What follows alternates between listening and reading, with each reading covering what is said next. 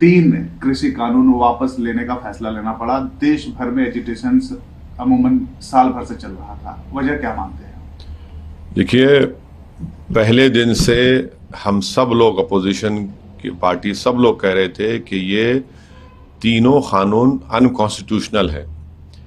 मोदी सरकार को कॉन्स्टिट्यूशन में कोई राइट ही नहीं था कि वो इस तरह कानून बनाए। दूसरा, ये सिर्फ कानून इसलिए बनाया गया क्योंकि मोदी अपने ईगो की सेटिस्फैक्शन के लिए, अपनी अनानियत और हम जिसको हिंदी में अहंकार के लिए उन्होंने ये कानून बनाया। और इस गलत और काले कानून की वजह से 700 किसानों को अपनी जानें खोनी पड़ी। अगर वो अपने ईगो को बाजू रखते, संविधान को सामने रखते, तो ये कानून बनता नहीं और ये 700 किसान अपनी जान उनको देनी नहीं पड़ती। तो ये फैसला बहुत देर के बाद हुआ है, बहुत देर लगा दी मेहरमा आते आते। और तीसरी बात यह है कि मोदी, ये मैं शुरू से कह रहा हूं, ये सरकार डरती है जब जनता रोड पर निकलकर प्रोटेस्ट करती है।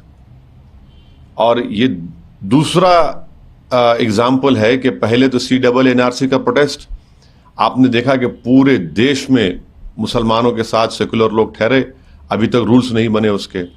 दूसरा ये किसानों का आंदोलन, तो ये यकीनन किसानों के आंदोलन की, किसान के तमाम किसानों की ये कामयाबी है। और चौथी बात, इसमें ये बात साबित हो गई कि ये बड़ा प्रचार बीजेपी ने किया था कि 1 नेशन के लिए 1 कानून होना चाहिए, आपको ये वापस लेना पड़ा। तो 1 नेशन के लिए 1 इलेक्शन भी गलत है। हर स्टेट में इलेक्शन जब भी होगा तभी तो हम सरकार को आड़े हाथ लेंगे और सरकार काम करेगी गरीबों का। तो ये 1 नेशन 1 इलेक्शन गलत है। और पांचवी बात यह है कि मोदी सरकार वो बड़े बड़े उद्योगपति, बिलियनर जिसको कहते हैं, उन पर बड़ा बैसाखी बनाकर उनको इस्तेमाल कर रही थी और देख लिया कि वो बैसाखी भी नहीं बन सके। तो इनको ये जो फैसला लेना पड़ा, इनको आने वाले स्टेट इलेक्शन में, इनको जिसे उर्दू में कहते हैं कि नविश्ते दीवार, राइटिंग ऑन द वॉल नजर आ गई। तो इसीलिए अपने आप को बचाने के लिए, अपनी पार्टी को बचाने के लिए उन्होंने ये फैसला लिया है। और इसमें यह मत समझिए कि मोदी जी बड़ा काम किए। इनको नजर आ गया था कि देश इनके खिलाफ हो रहा है और चुनाव में जाना है उनको, उत्तर प्रदेश में, पंजाब में और 2-3 स्टेट में। इसलिए फैसला लिया गया। और शायर ने सही कहा था कि दहन पर है उनका गुमान कैसे कैसे, कलाम आते हैं दरमियान कैसे कैसे, जमीनो चमन गुल खिलाती है क्या क्या, बदलता है रंग आसमां कैसे कैसे। तो वो दिन दूर भी नहीं है इंशाल्लाह जब मोदी सरकार CAA का कानून भी वापस लेगी। आप चाहते हैं कि जो कानून बने? नहीं, ये सब अनकॉन्स्टिट्यूशनल है ना, ये सब अनकॉन्स्टिट्यूशनल कानून है। आपने अपने ब्रूट मेजॉरिटी के ऊपर, अपने ईगो की सेटिस्फैक्शन के लिए, अपने अहंकार को सेटिस्फाई करने के लिए आपने इस तरह कानून बनाए। बिल्कुल गलत कानून है, इसका अनकॉन्स्टिट्यूशनल कानून है, चाहे फार्म लॉज हो। 1 साल प्रोटेस्ट चला।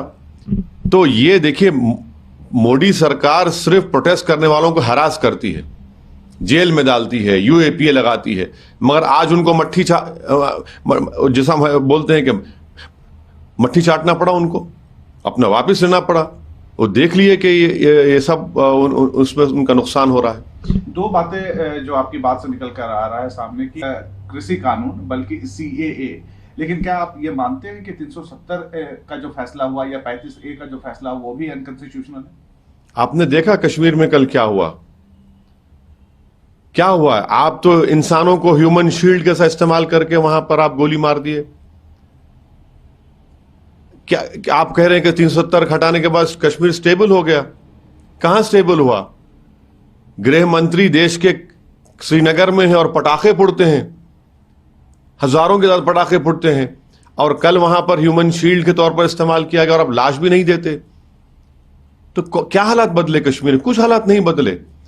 आप सिर्फ अपनी जिद, अपने आइडियोलॉजिकल जो गोल्स है उसको पूरा करने के लिए अनकॉन्स्टिट्यूशनल तरीके से कानून बना रहे पूरा। वो भी वापस होना चाहिए। नहीं, आप ये तो सब देखते जाइए ना आगे क्या क्या होता है। मगर क्या कश्मीर में स्टेबिलिटी आ गई? क्या कश्मीर में अमन हो गया? कहां हुआ है? जब लोग रोड पर निकलकर मरने वाले इनोसेंट लोग कह रहे हैं कि कम से कम हमारी लाश तो दे दो हमारी, आज आपको एक्सह्यूम करना पड़ा उनकी बॉडी को। कहां आपने स्टेबिलिटी लाई कश्मीर में? कहां LAC और LOC पर अमन है? लद्दाख में के अंदर आप जाइए, ऊपर चीन बैठा हुआ है। आपने पाकिस्तान से दोबारा सीज फायर क्यों किया और उसके बावजूद भी वहां पर ड्रोन से हथियार आ रहे हैं? तो देखिए हर महाज पर मोदी सरकार नाकाम साबित है और ये बताता है देश को, और हमको ये पैगाम मिलता है कि कोई भी सरकार अगर 300 MP सीट जीत कर ला भी लेती है तब भी वो गवर्नेंस नहीं कर पा रहे हैं ना, गवर्नेंस नहीं कर पा रहे हैं। इसीलिए इनको हालत मजबूरी में अपने आप को बचाने के लिए ये इस तरह के कानून को वापस लेना पड़ा, काला कानूनी और अनकॉन्स्टिट्यूशनल है। ये सवाल ये भी आ रहा है कि जो किसान मरे में क्या सरकार किसी मुआवजा या फिर किसी बड़े ऐलान का होना यकीनन देना चाहिए। जब सरकार इस बात को मान रही है कि हमसे गलती हुई और हम इस कानून को वापस ले रहे, तो ये सरकार का एक मॉरली भी और लायबल है इसके ऊपर, ये उनकी जिम्मेदारी है। अगर आप ये कानून नहीं बनाते 700 किसान नहीं मरते, तो कम से कम आप उनकी मदद तो करिए। देखिए जान तो चलेगी, जान तो वापस आने वाले नहीं है। पैसा किसी इंसान के किसान की जान की कीमत नहीं बन सकता, मगर कम से कम उन किसानों से अगर मोदी सरकार को इतनी हमदर्दी वाकई में है तो हम इस बात का डिमांड करते हैं कि मोदी सरकार उनको एक्सग्रेशिया दे। जब आप मान चुके हैं कि ये अनकॉन्स्टिट्यूशनल था, इनसे गलती हुई, हमने अपने ईगो की सेटिस्फैक्शन के लिए अपनी ब्रूट मेजॉरिटी के ऊपर एक काला कानून बनाया जिसको हम वापस ले रहे हैं, तो उनकी मदद करिए। उन 700 किसानों के ताल्लुक से भी आप थोड़ा अपने दिल में नरमी पैदा करिए, जरा नमी दिखाइए और उनकी मदद करिए। और लखीमपुर खीरी में जो हुआ, लखीमपुर खीरी में तो वो तो मंत्री बने बैठे हैं, उनका बेटा जेल में है जिसने उन किसानों को मारा। आप मंत्री पद पे कैसा रहेगा, कैसे इंसाफ होगा उन किसानों से, जो 4 किसानों से जिसको मंत्री के बेटे ने अपनी गाड़ी से रौंद दिया, अपनी राइफल से उन पर गोली चलाई। अगर सुप्रीम कोर्ट सोमोटो नहीं लेता तो वो बेटा भी गिरफ्तार नहीं होता। तो ये भी तो देखना पड़ेगा ना। कानून वापस जैसे लिए हैं, क्या मंत्रालय गृह मंत्री का?